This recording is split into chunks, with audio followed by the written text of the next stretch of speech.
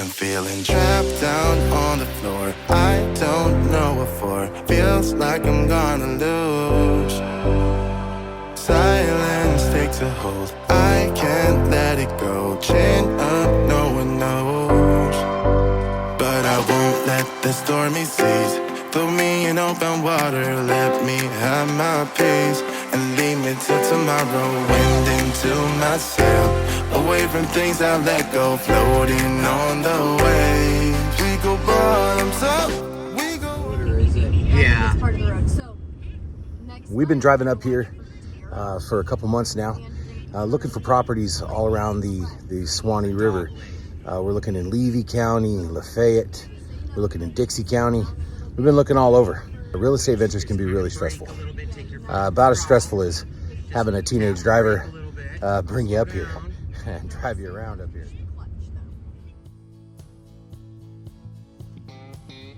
After entering into quite a few different negotiations, we finally had an offer accepted on one of the pieces of land.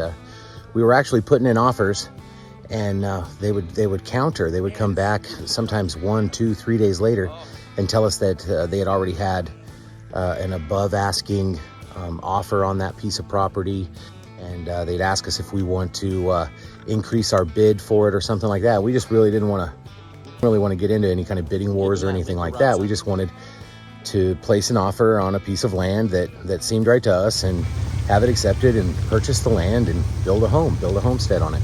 It was probably the 5th or 6th property that we actually found that we did get the offer accepted on. The next thing for us was to figure out how we were going to go about this whole construction phase, developing the land. So we decided that we were going to get a camper and put the camper on the property and actually stay on the property and manage the construction, the initial development of it all. We knew it was going to be tough staying on the property full-time in a camper, but we knew we could do it, and we knew things would go smoother and faster if we were on site managing everything. You wouldn't believe what happened next. So before we could really even move into the camper, it got broke into.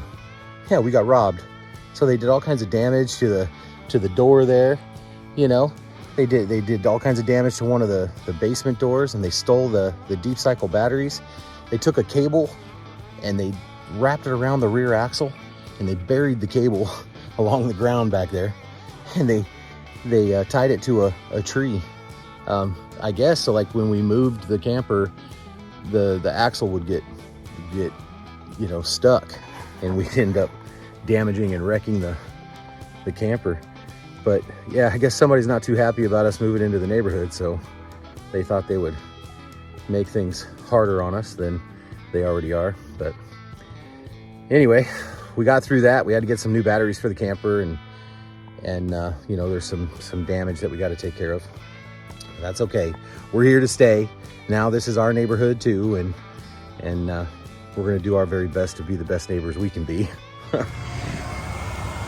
So we're all set up. We're running off a generator. We're in the camper. We're hauling our own water. We're 100% boondocking on our property, managing the construction.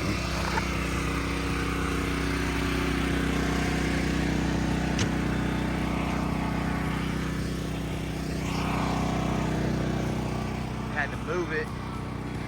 I didn't have enough extension cord to reach where I could park.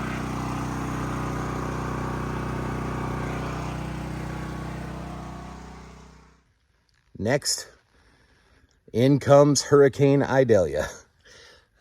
She severely damaged the infrastructure around here.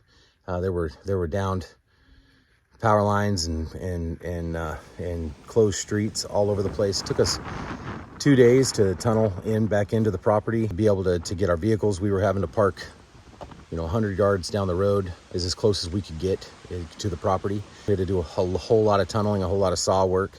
We were super fortunate compared to a lot of others. We were already living on a generator.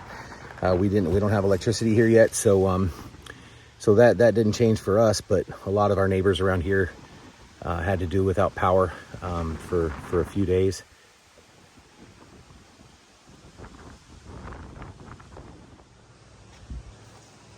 So this is Larry's place.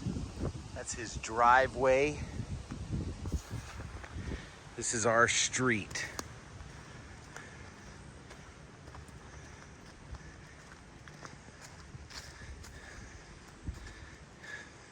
You see the power lines coming down right here.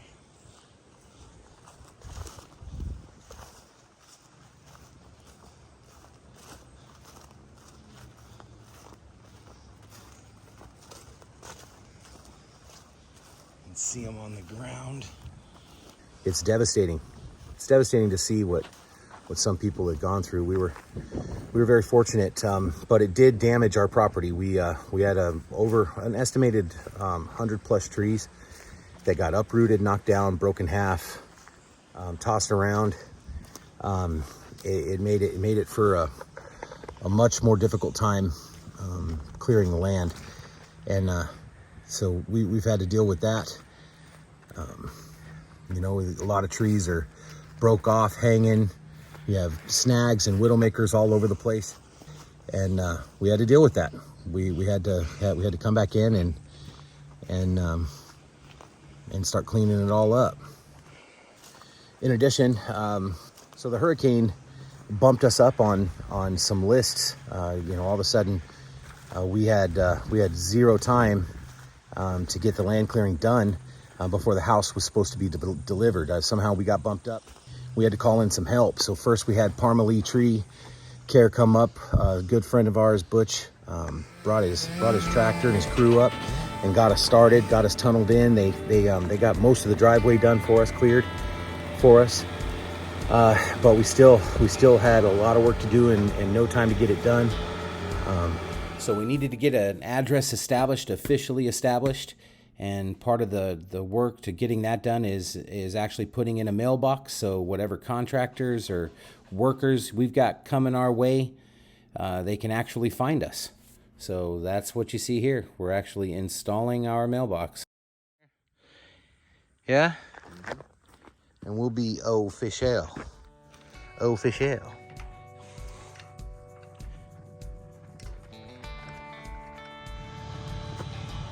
Check it out.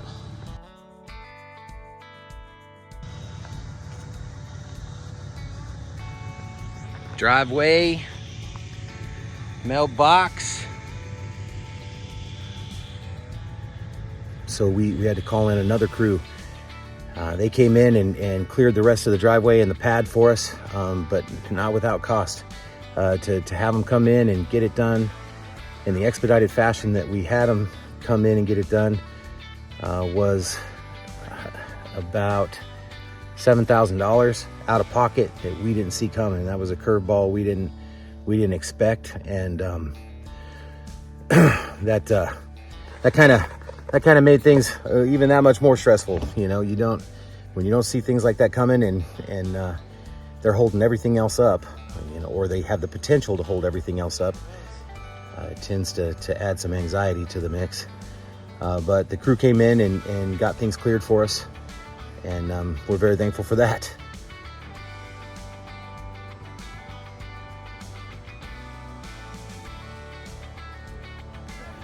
Have you ever had to clear Florida jungle to put a driveway or a home in?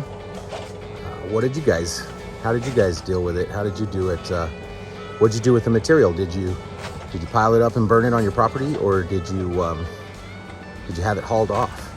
You know, what kind of trees did you guys have? What kind of trees did you try to keep? We got live oaks, we got hickories, we've got holly trees on the property, and we really tried hard to save as many of those as we possibly could that weren't damaged by the hurricane or in a position where they were threatening the house. You know, we had to clear everything down to the roots, so you got to get all that out of the driveway and the house pad, because you don't want any of that growing back underneath your house or anything like that. We have a lot of water oaks we had to get rid of that were either going to threaten the house, or were currently threatening the house, or were broken and beaten and uprooted and downed and tossed around. And if it was anywhere near the driveway or the pad, or if we thought it was going to be anywhere near the driveway or the pad, we tried to deal with it now.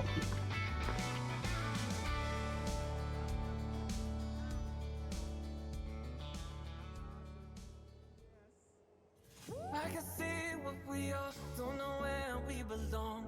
Wanna know what you're thinking, wanna know if something's missing. Started stories before, but they ended up short. Get me up to higher places, want you to fill my pages. Is this for real or is it just a fantasy? Are we for now or is it really meant to be?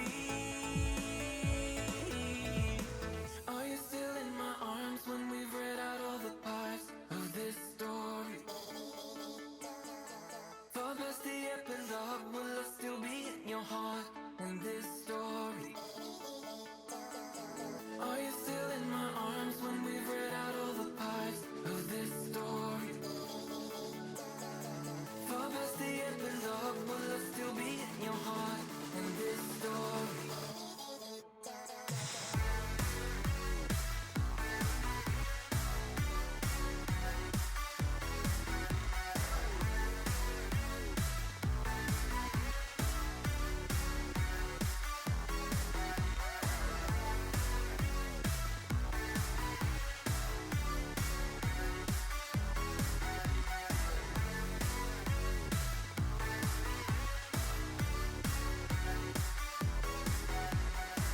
Should my heart skip a beat? Wanna feel something deep?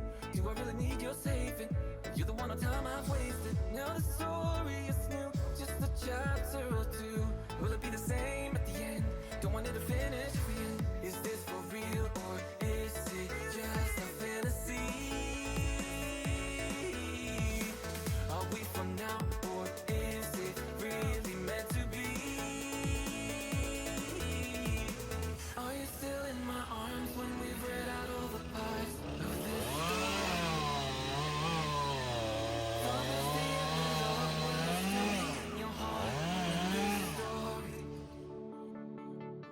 Are you still in my arms when we've read out all the parts of this story? Promise the epilogue, will I still be in your heart in this story? So, well, house pad, septic and leach field.